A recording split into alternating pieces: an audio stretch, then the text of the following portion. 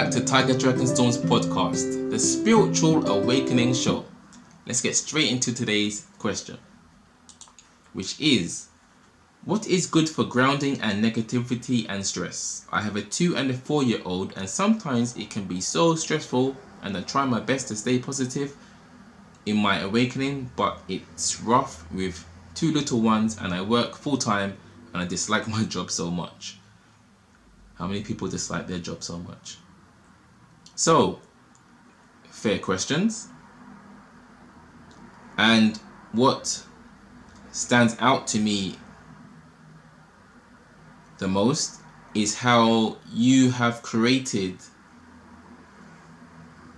many issues, many problems, when really there's only one issue. So this stress, I would suggest, is coming from you believing that you have so many problems when actually you don't. You have one issue that you need to rectify, I would say.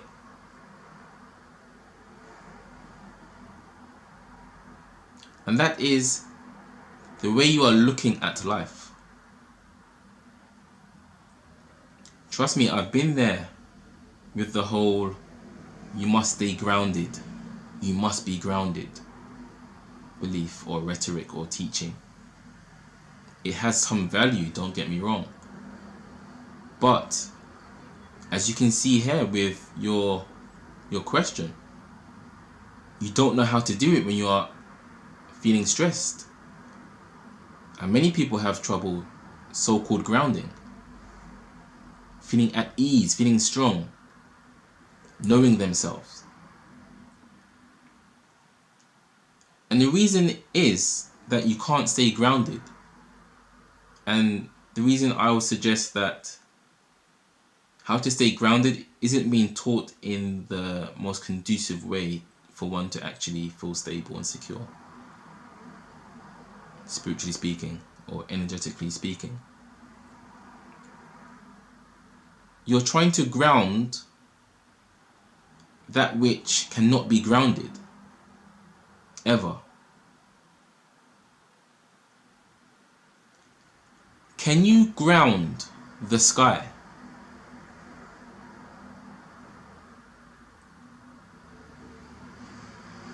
Of course you cannot. Why? Because it's not physical, naturally. Who told you that you was physical?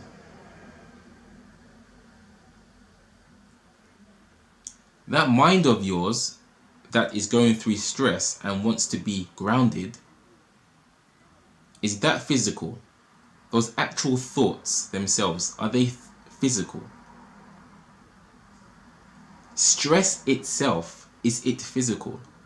I'm not talking about how the body feels with stress. Stress itself, this beast that we call stress, is it physical? Can you find it? Can you see it? Can you taste it? Can you smell it? Again, I'm not talking about the actions or reactions of stress or from stress. Stress itself, is it physical? Negativity itself, is it physical? Dislike, is that physical? Liking and disliking, are those physical things? Of course not. It's all mental. It's all mental, what I just mentioned. So if all of those things are mental, and mentality or the mind is not physical, you cannot find the mind in the world. You are just simply that which is aware of mind. Then you come to see very quickly that you are not physical, really. Not really. It seems as though you are, but you're not really physical. Just as you cannot ground the sky, you cannot ground the mind because it's not physical. And on this level that you are speaking at, you are taking yourself to be the mind, which is fine. But even on this level, you can see that the mind is not physical, so you cannot ground it. It's not supposed to be grounded.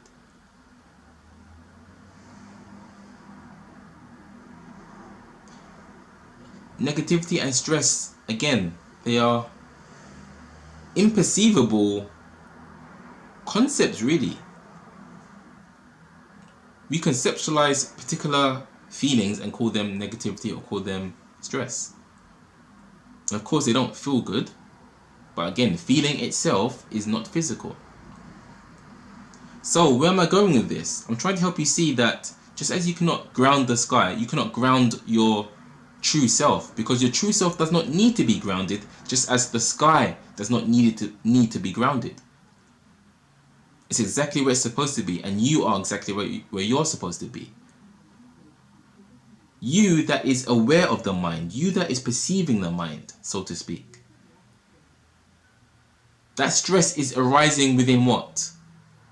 In what space is that stress, negativity, the failure to be able to ground yourself? In what space is this taking place within? Can you find that place, that space? Is it in a park? Is it in a shop? Where is this space where this stress is coming from or existing within? Of course, it's non-local. You cannot find it. The so-called space is what you are. That's why you cannot find it. You cannot find what you truly are. You just are. All these experiences, negativity, stress, feelings of dislike about your job, they are appearing within that space that you are.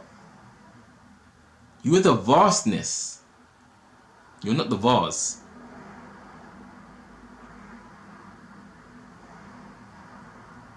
So, a better way to so-called ground yourself would be to change your perception, my friend. Try to see what you are always seeing, which is you are the observer of stress. You are the observer of sadness, negativity. That observer itself, what you must do is try to find it. If you cannot find it, you should then have this understanding, or could have this understanding, that you can't find it because it's before the senses. Thus it's before stress. You are okay, you are completely fine. And your 2 and 4-year-old, they are that too. They are that truth too. They are that pure, infinite consciousness just as you are. They are the space in which experience appears within too. If they could understand the question, they would find, and if they had the right words, they would find the same experience that you have. That they cannot find their true self, yet they know they are that. Their little bodies are moving around as they're supposed to, as life makes it so, as the mind instructs so. But again, that same space in which their minds appear in, and the same space in which my mind appears in, the same space in which your mind appears in, is imperceivable. You cannot find it. Because essentially you are always safe and free from anything such as stress. Try to see what you truly are. You are the space, not the cloud.